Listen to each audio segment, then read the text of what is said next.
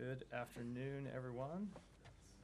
Start with some opening remarks. As President Biden just announced, earlier today, the government of Israel and Hamas agreed to a ceasefire along the terms of the proposal the United States laid out publicly in May. This ceasefire agreement was a long time in the making and comes as a result of extensive diplomatic engagements by President Biden, Secretary Blinken, National Security Advisor Jake Sullivan, Director of Central Intelligence William Burns, Brett McGurk, and other officials across the government, as well as our partners in the governments of Qatar and Egypt. This ceasefire will bring immediate relief to the people of both Gaza and Israel. Hostages will begin to return home in the coming days. Humanitarian assistance will surge into Gaza. The fighting will stop, and the people of Gaza, who have endured and suffered through so much pain and suffering, will finally be able to start rebuilding their lives. Yesterday, Secretary Blinken set out in a speech 3 imperatives to end the conflict, move towards greater integration in the Middle East, and realize the promise of more durable peace and security. First, a ceasefire. Second, an effective plan for Gaza's governance, security, and reconstruction. And third, normalization between Saudi Arabia and Israel. That provides Israelis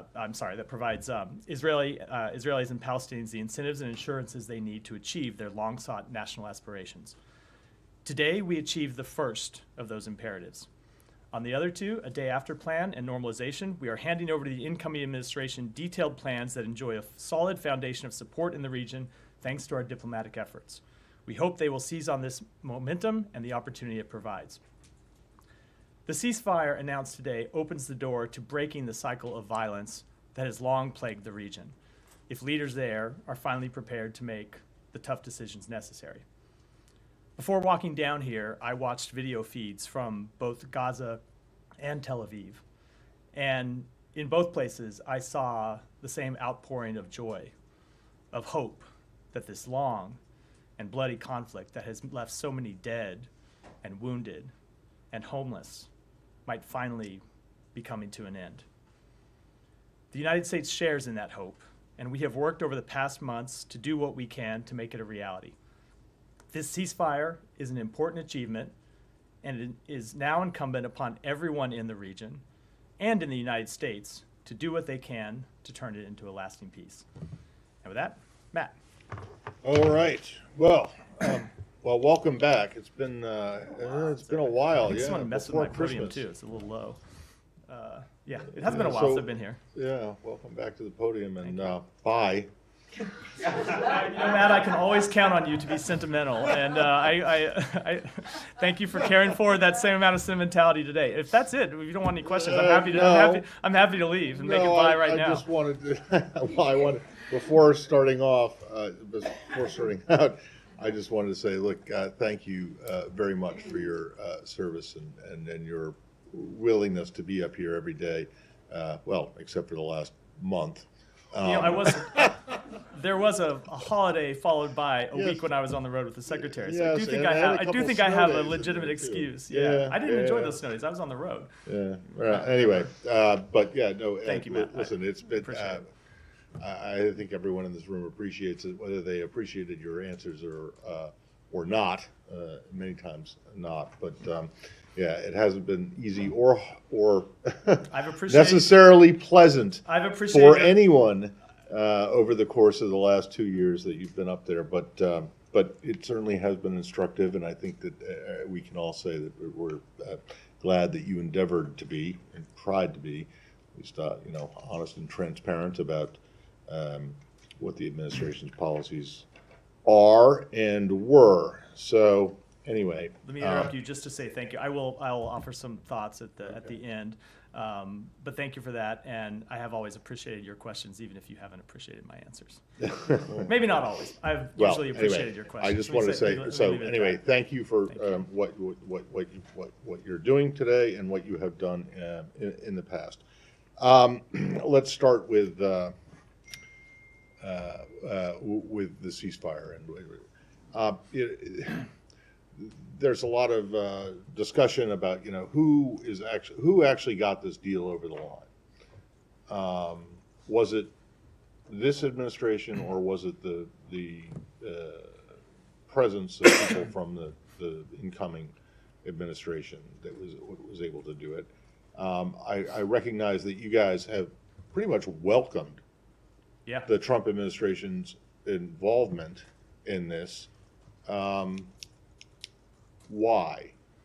Let me say a few things first before I get to the specific question of why we have welcomed their support. The first is that this ceasefire agreement is an agreement that was conceived of by this administration, that this administration traveled the world to garner support for, and that members from Secretary Blinken on down put their credibility behind. There are a number of things I think that went into getting here today, but if you look at the most important, or let me give you two really important factors before I get to the question about President-elect Trump's involvement. I think the most important factor was that after the president laid out this proposal publicly at the end of May, Secretary Blinken and other members of the United States government went around the world generating support for this proposal, and won the endorsement of not just countries in Europe, but countries across the Middle East, Arab and Muslim countries across the Middle East that said they supported this proposal. It won the endorsement of the United Nations Security Council. And what that did is it left Hamas isolated and alone. And I can tell you that we began to see a weakening of Hamas's position after that diplomatic campaign that we executed. The other thing that I think was critical to getting us here today is Hamas finally realized that the broader regional war that they had been hoping to achieve since October 7th, the broader regional war that was part of their original strategic effort, that they weren't going to get that their allies in Hezbollah were weakened and decimated, that Iran was not going to come to their aid, was not going to launch a full regional war, and that was to some extent because of the work that the United States did to prevent that from happening. And that the fall of Syria showed that one of their last allies was, fall of the Syrian regime, I should say, that one of their last allies was erased from the map. So I think you add those things together, you had in Hamas first a terrorist organization that was isolated, and then it eventually left realizing that it really had no choice but to accept a ceasefire because the strategic goal that they wanted to achieve for so long just wasn't going to happen. Now, when it comes to the involvement of President-elect Trump's team, it has been absolutely critical in getting this deal over the line. And it's been critical because, obviously, as I stand here today, this administration's term in office will expire in 5 days. And one of the things that we have always said about this deal is that when you get from stage 1 to stage 2, that the United States, Egypt, and Qatar are the guarantors of this deal. And Egypt and Qatar will push Hamas to stay at the bargaining table and to get from stage 1 to stage 2, and the United States will push Israel to stay at the bargaining table to get from phase 1 and phase 2. So obviously those are promises we cannot make on behalf of the United States for any longer than the next 5 days. And so it's critical that all of the parties to the agreement and the other mediators see that when the United States is in the room making commitments, those are lasting commitments that extend beyond this administration into the next one. I would just say, lastly, I don't know if it's unprecedented to have envoys from an outgoing and an incoming administration sitting at the same table negotiating a ceasefire agreement of this kind. But if it's not unprecedented, it's certainly unusual. And we, of course, thank the Trump team for working with this on this ceasefire agreement. We think it's important that they were at the table. And I think it shows that when Americans are willing to work together across partisan lines, as we were willing to do on this occasion, because it's in the national interest of the United States, there's a lot that we can get done. So as you know, over the course of the last year, as this has been being negotiated, getting from phase 1 to phase 2, which is critical, has never been guaranteed. And in fact, a lot of people don't think it will ever happen. Yeah. Do you have confidence that the incoming administration is going to push for phase two as much as you guys had been or would have done had President Biden been reelected? I, of course, can't speak for what the incoming administration can do. What I can say is it is very much in the interest of the incoming administration to push to turn this agreement from phase one into a lasting end to the war, which is what happens when you get to phase two and phase three. There are hostages that will continue to be held after the expiration of phase one, and it's in the interest of everyone to see that those hostages return home. It is in the interest of everyone that the war that will stop upon the completion of the ceasefire agreement does not resume at the end of 6 weeks or subsequent to that if negotiations have extended beyond the opening 6 weeks. So it is very much in their interest, just as we believe it is in the interest of Israel that this turn into a lasting peace. If you look at all the conditions have to be right for a deal to come together. And if you look at the conditions from an Israeli point of view, you've heard me speak to this from the podium before, and you've heard Secretary Blinken speak to it. Israel had really achieved all of its major strategic goals already in Gaza. They had decimated Hamas's military capabilities. They had wiped out the leadership that existed on October 7th, including Yahya Sinwar himself, the military leader of Hamas. So it's very much in Israel's strategic interest that this war not reopen in 6 weeks, and that they're left fighting the same kind of battles over and over again as Hamas recruits new militants to replace the ones that Israel's killing on the battlefield. But you don't buy this line that the president-elect's relationship or influence with Prime Minister Netanyahu was the thing that pushed it over the line. Not only do I not buy it, it's not what we've seen in the negotiations. We've seen that the important factor when it comes to their involvement has been the continuity that it shows, having both the outgoing administration and the incoming administration there at the table. And my last one, really quickly, I think that you said this, or you at least strongly implied it, but your belief, your position is, or the administration's belief and position is that the destruction that was wrought in Gaza by Israel is what did this, and that your support of what the Israelis did is what brought Hamas. No, that's not what I meant at all. What I mean was the destruction of Hamas's capabilities. Now, yes, at the same time as there was the destruction of Hamas's capabilities, there was also the destruction of huge amounts. But I don't think Hamas cares about the destruction of civilian infrastructure. I don't think they care about the loss of civilian. Do you care about the destruction? We absolutely do. It's why I've been trying to get this ceasefire all along. But I don't think that is a calculation that has in any meaningful way entered into Hamas's thinking, and especially when you look at the fact that Sinwar himself said that it is the mass loss of civilian life inside Gaza that he thought would strengthen Hamas's position. So no, I don't think it was the loss of civilian life that has led Hamas to ultimately agree to this deal. Yeah. Thank you, Matt. And I extend the thanks Thank you. to you. And I want to start by a question that might link both what the Secretary Blinken said yesterday in the Atlantic Council and the announcement of reaching the agreement today.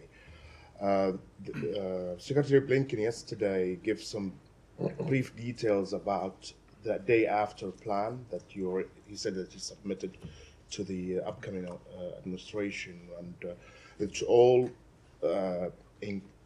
based on the fact that Hamas will no longer rule the Gaza Strip by creating this temporary administration, then giving it to the Palestinian Authority. Is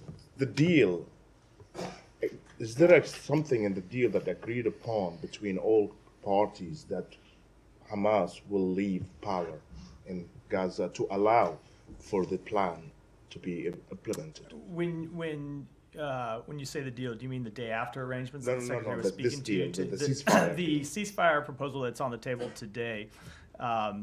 What has been agreed to so far is phase one. The ultimate resolution of governance, security, reconstruction all of those will have to be dealt with in the negotiations from phase 1 to phase 2, including that question of who governs Gaza. I can tell you that the United States is committed to ensuring that Hamas never again resumes governing Gaza. I think I can say with some certainty that a reemergence of Hamas governing Gaza would be an absolute deal breaker for Israel, as it should be, when you saw what happened on October 7th. And I would hope that it would be a deal breaker for the Palestinian people, who have seen the loss of more than 45,000 individuals over the last 15 months in a war that Hamas started. So I would hope it would be a deal breaker for all parties, but that is something that will be the subject of negotiations going forward. We have made clear since the beginning, not just in the course of the negotiations over the ceasefire, but you saw the Secretary lay out last November in Tokyo principles that would guide the United States when it comes to the period at the end of the conflict. And first and foremost among those principles was that Hamas can never return to governance of Gaza, given their track record. Those principles that the Secretary spoke about in Tokyo, and he repeated it yesterday as well, do you feel that it is a principle held also by the upcoming administration? Again, I'm not. I cannot in any way speak for the policy choices that the incoming administration will take. They'll be here in a week. I hope they'll be starting press briefings soon after that, and they'll be able to speak to them. But I would say that the principles that we have laid out do have broad agreement in the region. Obviously, there are things, not every party inside Israel would agree with all of those principles that we laid out when it comes to the governance of Gaza, but I think they have broad agreement across the region. And I think the important thing about them is this isn't just a theological question, it's also a practical one. If you want countries in the region to commit security forces to Gaza, if you want them to commit dollars to the reconstruction of Gaza, they're not going to do that if they don't see adherence to either the principles we laid out or some version of the principles we laid out, as well as a political path forward for the Palestinian people. It's just they are just not going to do that, and they've been very clear about that fact. There been circulated in the Israeli media that Hamas received verbal guarantees from the United States, Egypt, and Qatar that Israel will enter the negotiation for phase 2 and phase 3 in good faith. Did you give such? We have made those assurances publicly for some time that we obviously we can't speak for another party. We can speak for the United States. We have made clear publicly since the president laid out the proposal in May that we, as one of the guarantors of the deal, would push Israel to enter those negotiations in good faith, and that if the end of phase 1, the negotiations for entering into phase 2 hadn't been concluded, that we would push for those negotiations to continue. And one of the particulars of the agreement stipulates that if you get to the end of phase 1 and negotiations are ongoing, the ceasefire continues as long as those negotiations are ongoing. And I can speak only for this administration and say that we were committed to ensuring that those negotiations would remain ongoing as long as was necessary to get a deal. Obviously can't speak for the next administration, but I think it would be very much in their interest as well. My last question, if you don't mind. President Biden, in his speech a few minutes ago, said that the United States now will resume and push for aid to go into Gaza because of the ceasefire. Do you have any practical plan? How many trucks? Et cetera, et cetera, et cetera. We are looking at a massive infusion of trucks somewhere. Hopefully, it won't happen overnight, but we want to get up to over 500 trucks a day. Excuse me, that come into Gaza. And the critical thing that we believe the ceasefire unlocks is a real solution to that last mile distribution problem that we have had, that humanitarian organizations have had in Gaza, because it is not just a question of getting trucks and getting assistance to the gates into Gaza, it's getting them delivered beyond Gaza, and it's been very difficult because of the security situation on the ground.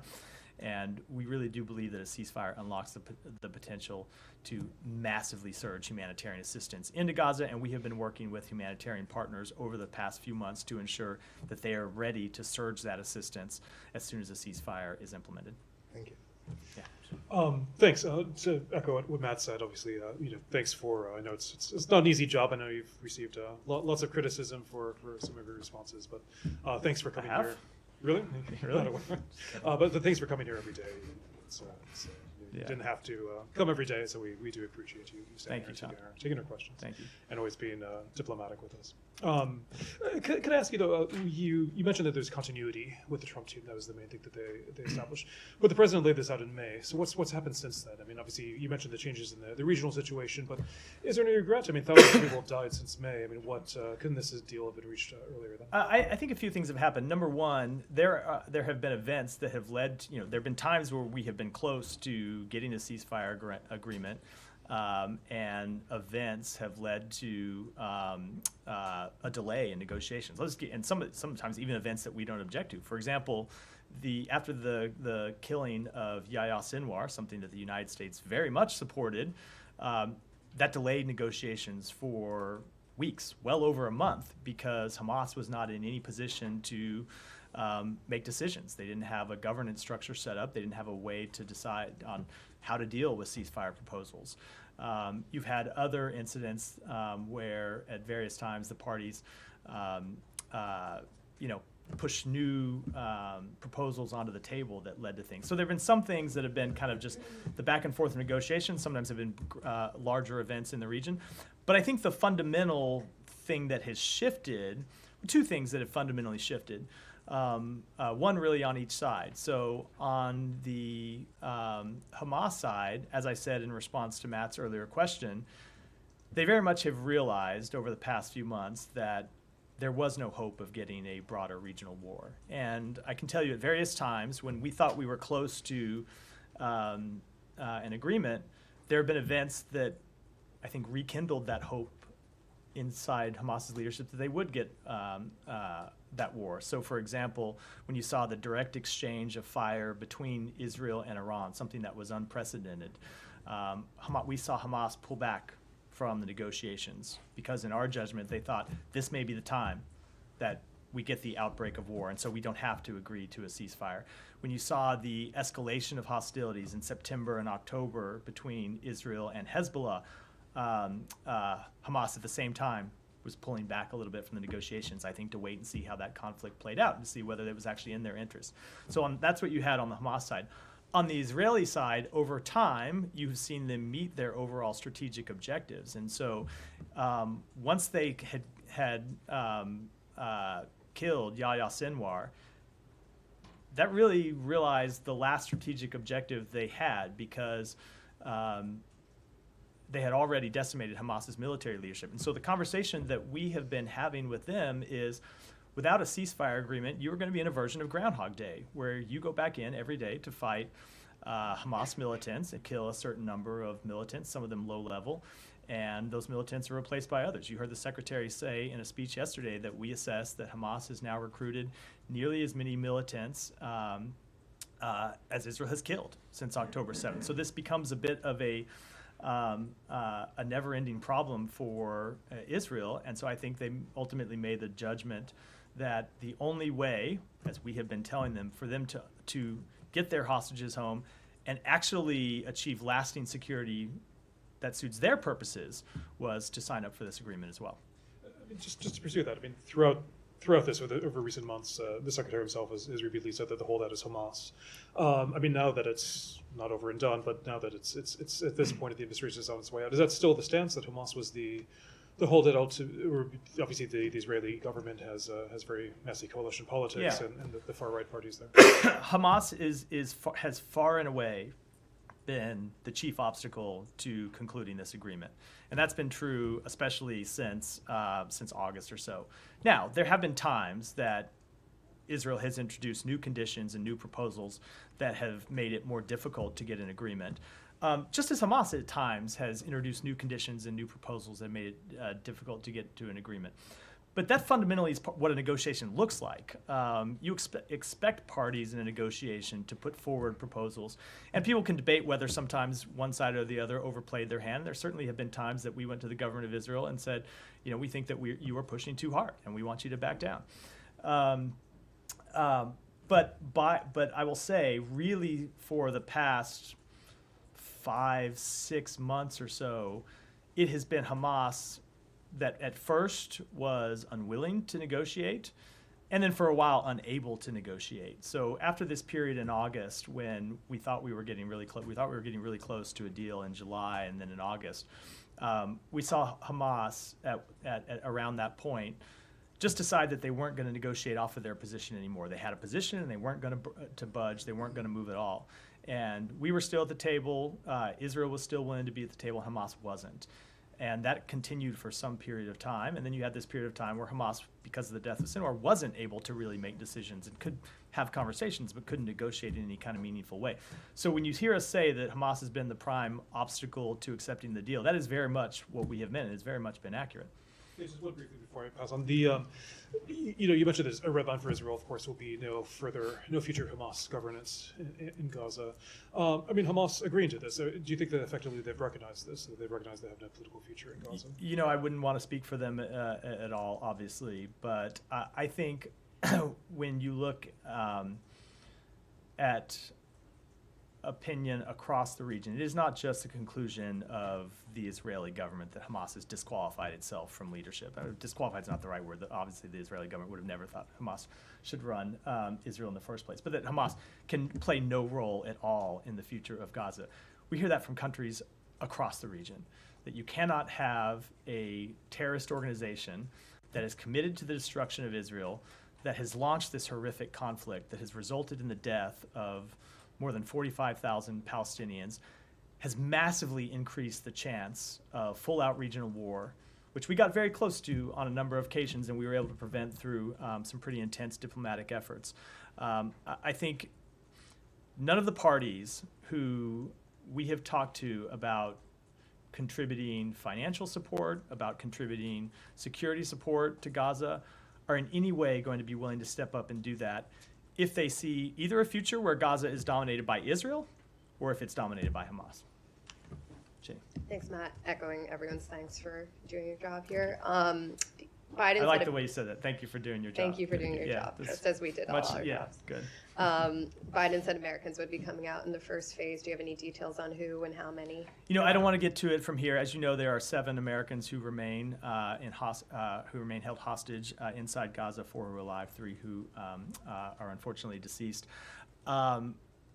We will have that information coming or available in the coming days, but I want to make sure we are able to have the conversations we need to have with all those families about those details before I talk about them publicly. But we will make that available in the coming days. And it's still the presumption that those 3 are alive. When was the last time there was any update on their conditions or whereabouts within Gaza? There is still the presumption that they are alive. We have we have differing levels of information with each of those.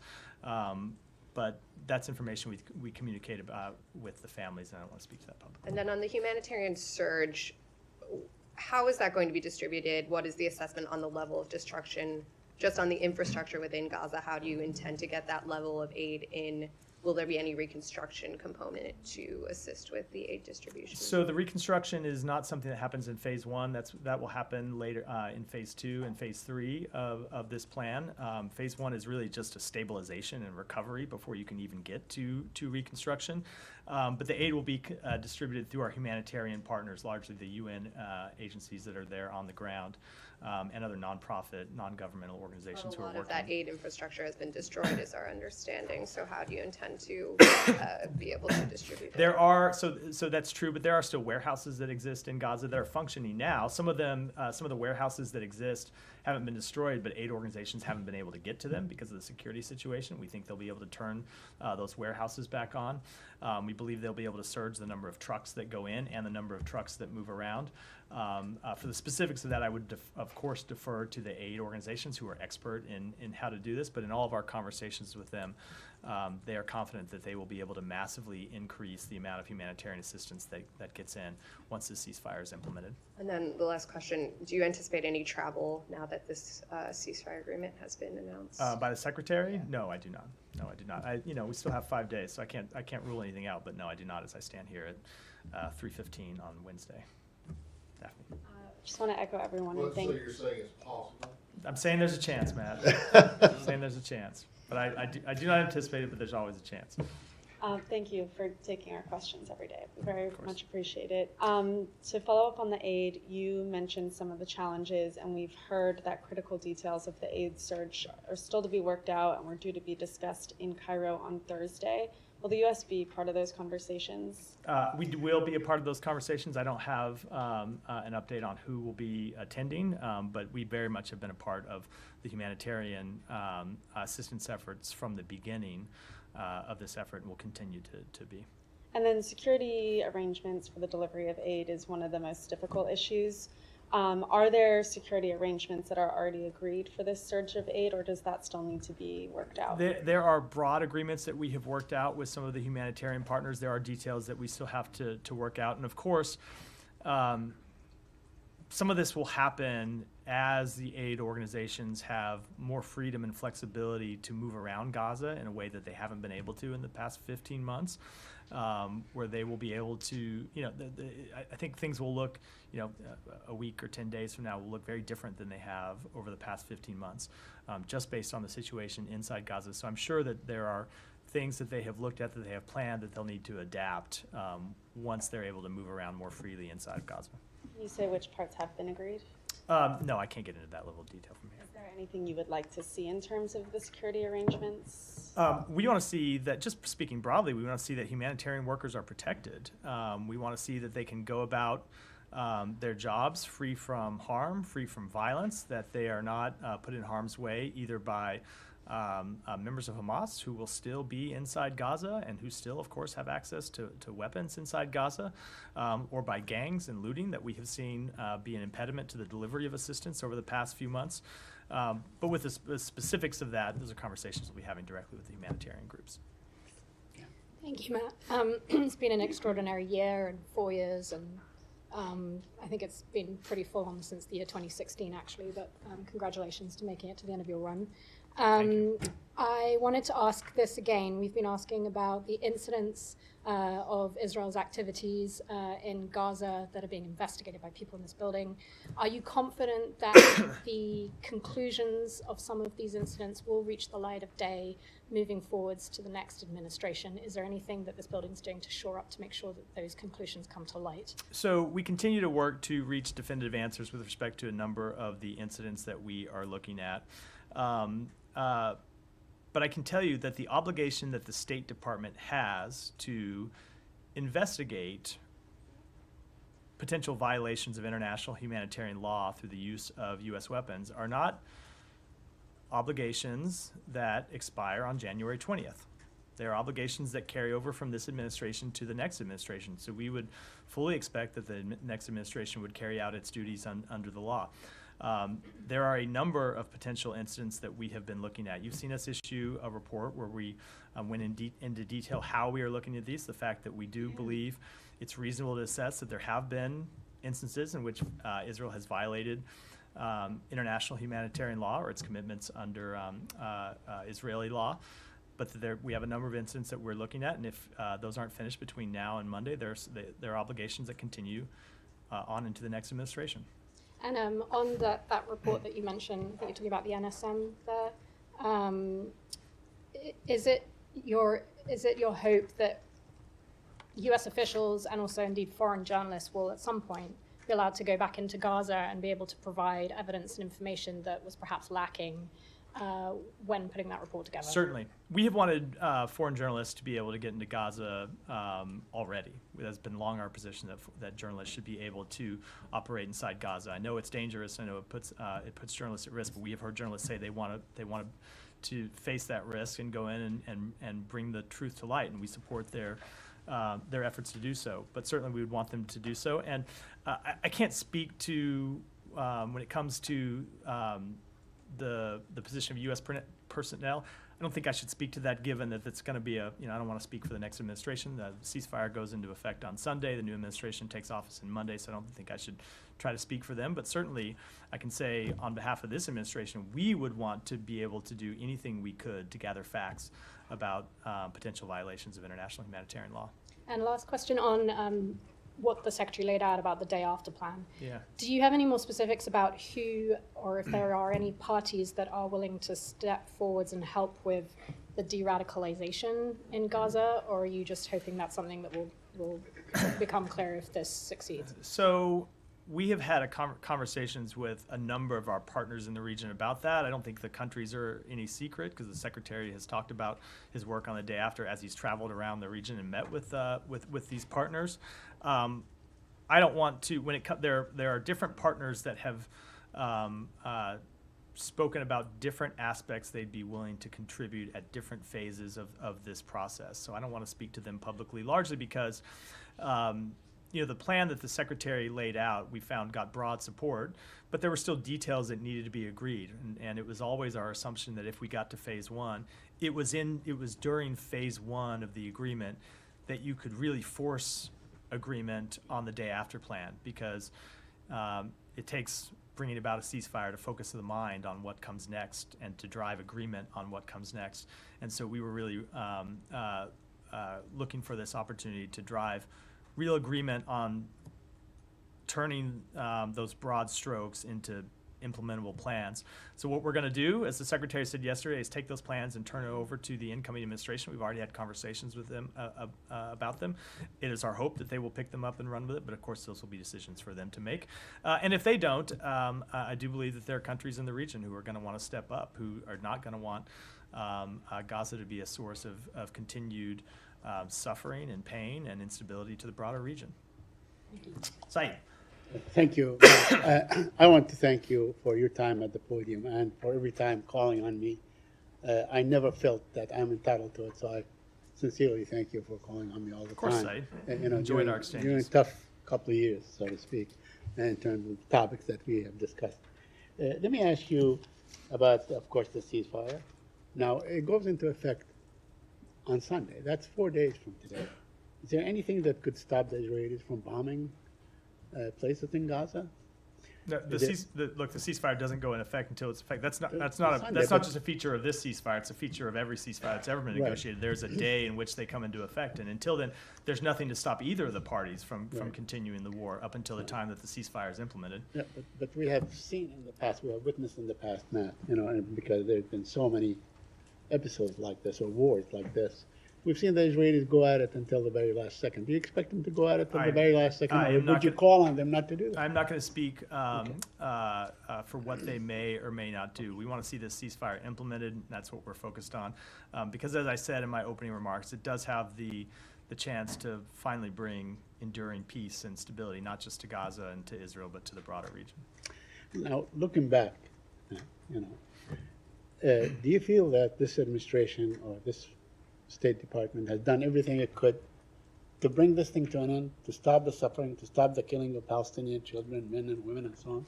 Yes. Do you feel that there was a time that you could have probably, put your foot down, so to speak, the foot of the United States of America?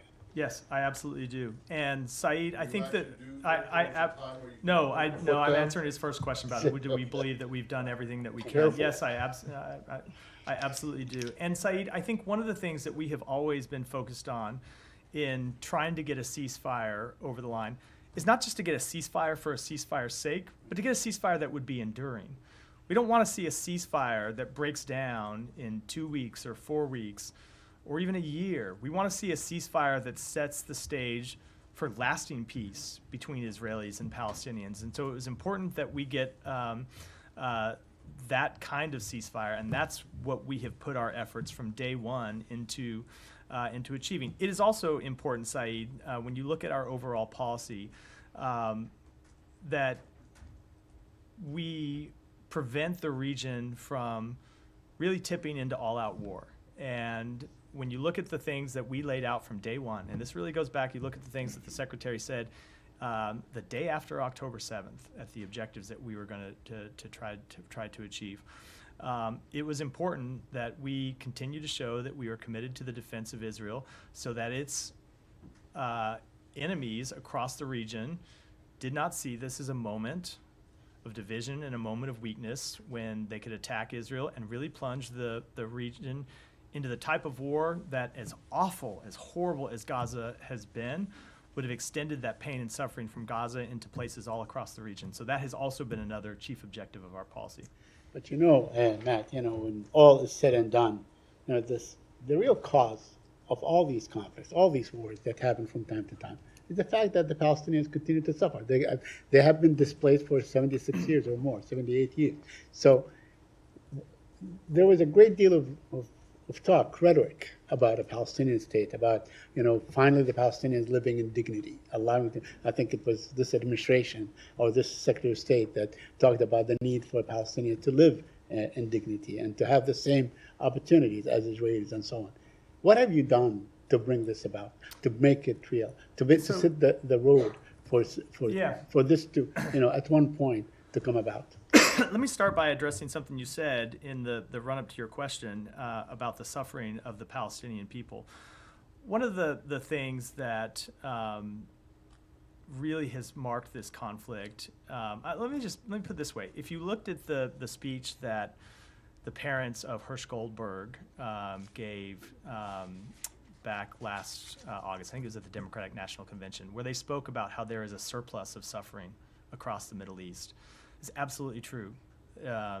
We have seen Palestinians suffer long before October 7th, and of course have seen them bear the brunt of this conflict. Palestinian civilians who did not start this conflict but have suffered the brunt of it. We've seen the hostages bear tremendous pain and suffering, and their families. We've, of course, the 1,200 people who were killed on October 7th inside Israel. As Hersh Goldberg's parents have said, there has been a surplus of suffering.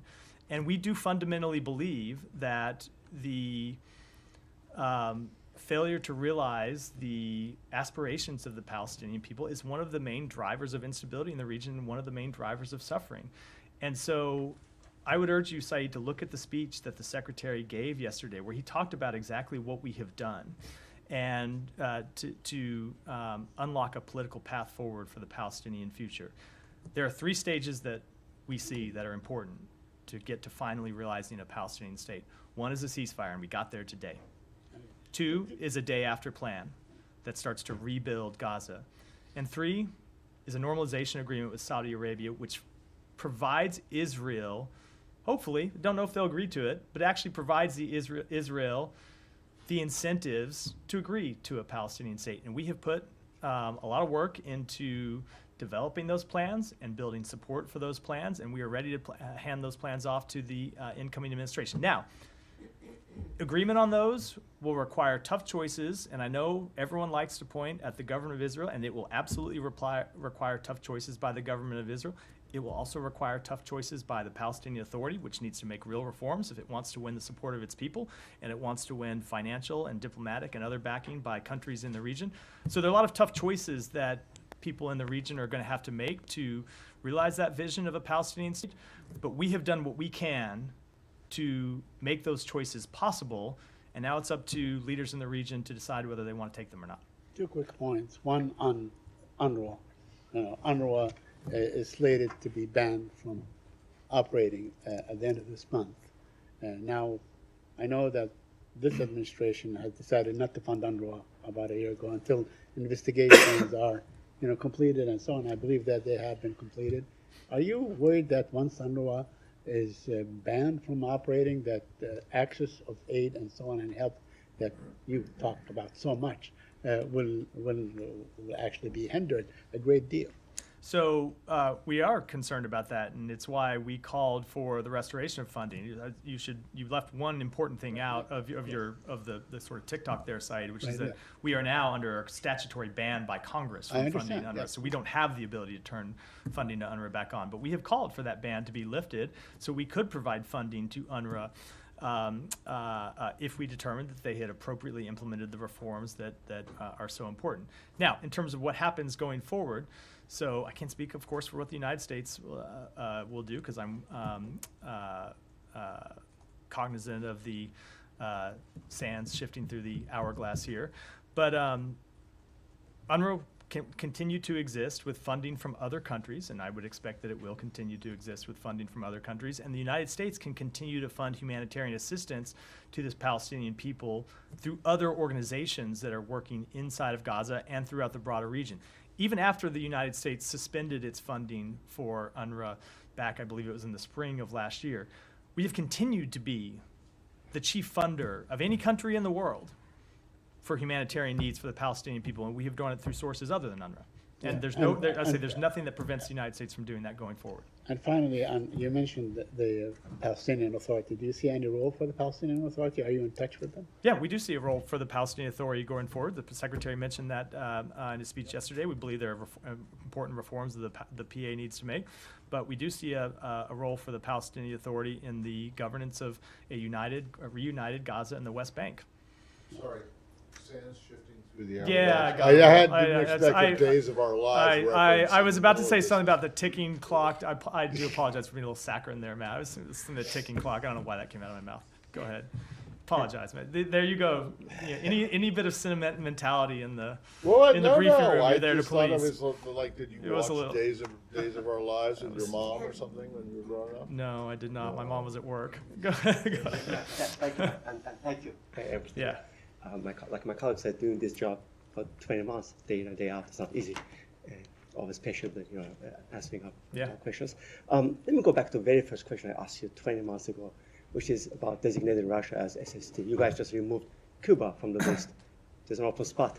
Why not doing it? We have not determined that is the most effective way to achieve the policy goals that we have when it comes to Russia. And when you look at the number of sanctions that we have imposed on Russia, including sanctions that we have announced just in the past week that we are already seeing bite. If you look at the story that Bloomberg ran in the last 24 hours about a number of Russian tankers who were unable to dock in China right now to unload their oil, it's because of the sanctions that we have put into place. And that's just the latest amount of tranche of sanctions. So if you look at the combined regime that we have put into place, sanctions and export controls, we determined that would have more of an impact than a state sponsor of terrorism designation without what we hear from humanitarian organizations, which I know is something that your questions never grapple with, which is the harmful effect that such a designation could have on their ability to work in the region.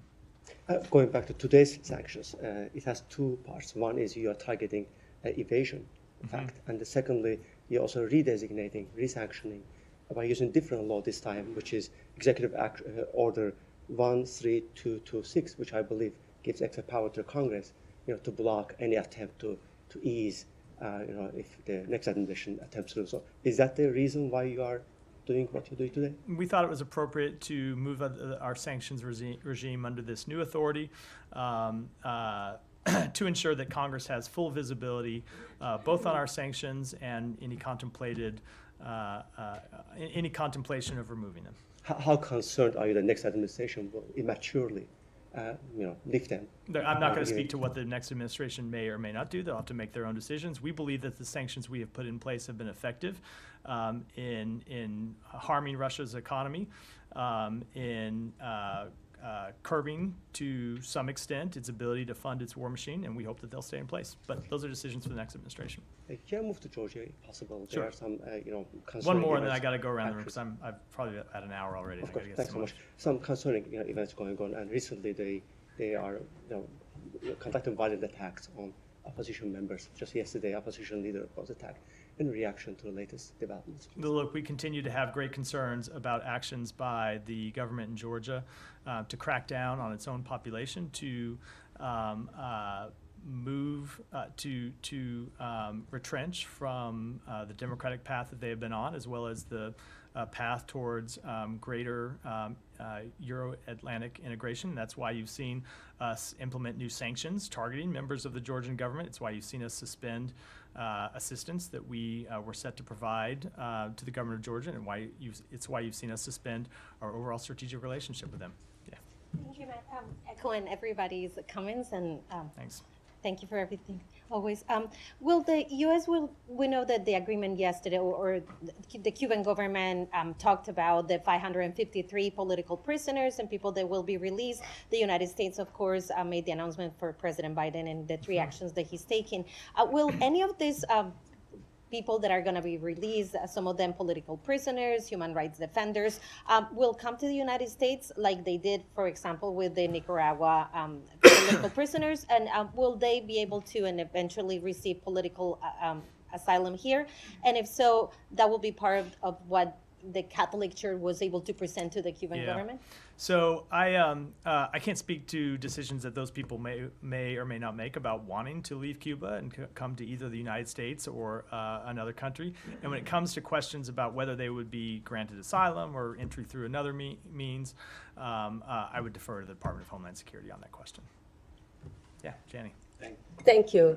Thank you, Matt. Thank you for your hard work for us. I wish you good luck in your future. Stay healthy and be happy.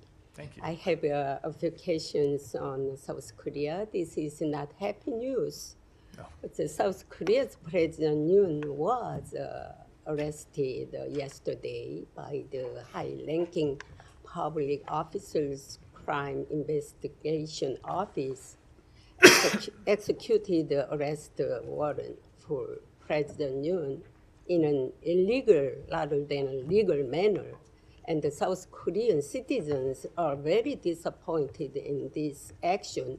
Do you think the execution of this illegal arrest warrant violated the rule of law? So I'm not going to speak to a question about how South Korean law is interpreted. That is fundamentally a question for the South Korean courts, and we think all of these questions ought to be answered and in accordance with South Korea's constitution and the rule of law. I can tell you that I was just in South Korea with Secretary Blinken last week. We met with the acting president, we met with the foreign minister, we met with the Speaker of the National Assembly, and I can tell you that one of the things that we saw firsthand in Korea was the country's democratic resilience at work. And I think you heard the Secretary speak to this. You know, every country at times faces tests to its democracy. We have faced very real tests to our democracy here in the United States. We've faced direct assaults on our democracy here in the United States. And what's important is how a country responds to those tests of its democracy, and what we have seen is South Korea respond to those tests in a way that illustrates the strength of its democratic foundation. What do you think the Biden administration has been successful in its diplomatic and security relations with South Korea? And what do you think is the most regrettable, and if there is one thing you would like to recommend the incoming administration, what would it be? So I think when it comes to Korea, the Secretary identified at the President's direction very early on that his primary objective needed to be to rebuild and restore some of our democratic, or some of our alliances and partnerships that really had been frayed in the 4 years before we took office. And set about a diplomatic campaign to do just that. And his first trip was to South Korea and Japan. And over the course of this administration, you have seen us bring together South Korea and Japan in a way that I don't think very many people thought possible. And it is a great foundation for security in the Indo-Pacific. And if there was anything I would commend to the next administration, it's to take that trilateral partnership and to build on it. Go ahead. Thank you, Matt, for your work and for taking our questions every day. I wanted to quickly follow up on Camilla's question regarding Israel's assessments of Israel's conduct. In addition to the ongoing assessments at the State Department, there have been many investigations you urged Israel to conduct, such as, the case of Ayşenur Ezgi Egi. What will happen to these investigations? And Ayşenur Ezgi Egi's family was here last month demanding justice and answers. Will you be able to provide them with answers they were looking for before the January 28th? So I don't know the answer to the question because it fundamentally depends on Israel finalizing the results of its investigation. But the obligation to deliver justice for an American citizen, the obligation to provide answers to an American citizen, that's also not one that expires on January 20th. The incoming administration will have the same obligation to speak up for American citizens, to try to find answers for the families of American citizens to try to drive changes to protect American citizens overseas. They have that same obligation that we do. And so if we don't get the final results of that investigation between now and next Monday, and I can tell you if we do, we will provide that to the family as we committed to do. But if we don't, I would very much expect that when that investigation is finalized and completed, that it's transmitted to the incoming administration. And I would certainly hope and expect that they would treat Aysenur Egi's family with the same duty of care that we have brought to the situation. It's a fundamental obligation when it comes to the treatment of American citizens. Thank you, Matt. I'm echoing the kind words of my colleagues to appreciate your work. I know it's very hard to be aware about all the events and having knowledge about the events around the world, including my region, Kurdistan region. So with that, I'm asking. Here we go. Yeah, I'm asking 2 questions about the Kurdistan. Today, Victoria Taylor, was in Kurdistan region, and she met with the Kurdish officials, including the Kurdistan president. So what's the purpose of this visit, and why at this time? What she has discussed with the Kurdistan president? So I can tell you that Deputy Assistant Secretary Taylor was there for diplomatic conversations focused on IKR stability and security.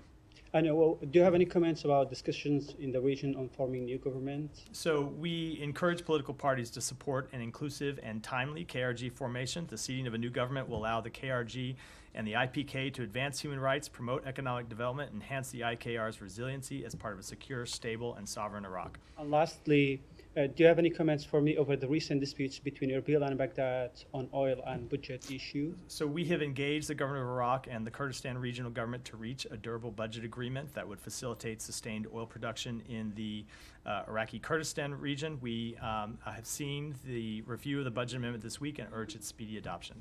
Thank you so much. Thank you so much, Matt. And like all my colleagues have said, thank you for the work that you've done over the last few years. It really is truly appreciated, and congratulations on the deal today. I want to circle back to Saeed's first question, which is, as you look back at the last 8 months, you put this deal together 8 months ago. Yeah. As you see perhaps the efficacy of how Trump's team interacted with Israel over the last few days, are there not any, if not regrets, kind of reconsidering where you could have pushed harder? So that's just not what we've seen. I can tell you, as a party to these negotiations, and I think it's a fundamental misreading of the situation. It has not been Israel that has been the intransigent party that has kept us from getting to a deal for many, many months. That's not to say that Israel agreed to every condition that was put forward by Hamas, that conditions that were put forward by us. Of course they haven't. It's a negotiation, and you wouldn't expect them to. But it has been Hamas fundamentally that has been unwilling to agree to a deal, really going back to August, and at times was even unwilling to negotiate. And then, as I said, times they were unable to negotiate because they didn't have a leader in place. So it is not because of pressure that we have seen brought to bear by any party in the government of Israel the last few days that has gotten us to a deal. We think it is the fact that Hamas found itself in an incredibly weakened position, that its fighters needed a chance they needed a ceasefire, they needed a break in the fighting, and that ultimately, as I said earlier, they saw that no one was coming to their rescue. They weren't going to get the war that they were hoping to, that led them to finally agree to reach an agreement here. Now, of course, it has been helpful, as I said, to have the Trump team right there alongside with us to ensure that the commitments that we make on behalf of the United States will be enduring ones, but it is in no way what we have seen that has been pressure brought to bear by their side that has been had the decisive impact here. But excuse me, but I'm going to go ahead. Are you saying that the ceasefire deal was basically just giving Hamas fighters a break? No, I'm saying. I mean, that's what you just suggested. I want to make sure. I'm saying that is why. Certainly, they will have a break from the ongoing fighting that they have been involved in, and that we believe that's one of the reasons why they agreed. Is that they have been getting pounded for months and months and months. Some in Israel, particularly on the right, the far right of Netanyahu in Israel, think that this is a bad deal because it does give Hamas a break and a chance to regroup. Are you saying that that's... So it does give them a break, and what we are committed to, and you've heard us speak to this before, is ensuring that they cannot regroup. And we think the key to ensuring that they cannot regroup is that they are replaced by something else. We believe that it is the perpetuation of fighting that actually leads them to recruit more fighters, as the secretary said yesterday. Of course, this gives them a break from the fighting. That's what happens under a ceasefire. But we believe the solution to replacing Hamas is to ultimately find a political path forward, excuse me, for the Palestinian people. Go ahead. Go ahead. Go ahead. Thank you. Thank you for. I'd ask you not to interrupt your colleagues. Thank you, Matt. Thank you for your dedication and service. I lost my voice. Sorry for that. Also, I have the same here. I'm about to have to close the briefing. I'll try to. Thank you. What measure is the U.S. government considering to support and safeguard fundamental rights in Bangladesh, particularly in response to recent threat by reformist student leader against writers and intellectuals who oppose their views, amid raising concern over intimidation and authoritarian tendencies in Bangladesh? So we have had a long-standing, consistent policy when it comes to Bangladesh that we want to see democratic and human rights upheld in the country. That was our position under the last government. It remains our position under this government. Thank you so much. Last question. On judicial influence. What is the U.S. government position on allegation of judicial influence by Dr. Yunus' interim government, including claims that cases against him were released or vacated by the court, and he secured tax relief for the next 5 years for his business, like his Grameen Bank? What is I don't have any specific reaction to that. We want to see those matters handled consistent with the rule of law. And let me stop you there. I'm going to wrap. I think before either Saeed or one of us continues coughing. Thank you for your Thank you. Here. I was doing the same, so I'm there with you. Let me just close since this is my last briefing, and you've all been so gracious just to thank me, with a couple of thank yous of my own. First of all, I want to thank the team from the Spokesperson's office, the press office, and the rest of Global Public Affairs who make this briefing come off every day.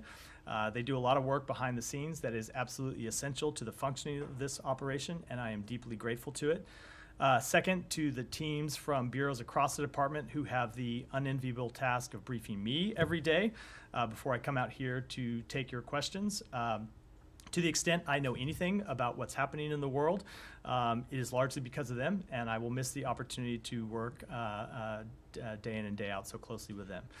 And then finally, I want to thank all of you in the press corps who are here in this room and those who aren't here today. It has been an incredible honor for me to stand here on behalf of the United States every day for the past nearly 2 years and take your questions. And it's very easy to get caught up, I think, in the back and forth of this daily briefing and forget just how unusual it actually is. This daily give and take between government officials in the media, on the record, on camera, for everyone to see, is not something that happens everywhere in the world. And in many places in the world where it does happen, the reporters who are in the room are not free to ask the questions that they want, and certainly aren't free to write the stories that they want to write or would otherwise write about the answers that they get. It is a source of great American strength that this exchange does occur here. Those of us in government who make decisions, excuse me, that have huge consequences for the American people and for the world deserve to be challenged on those decisions.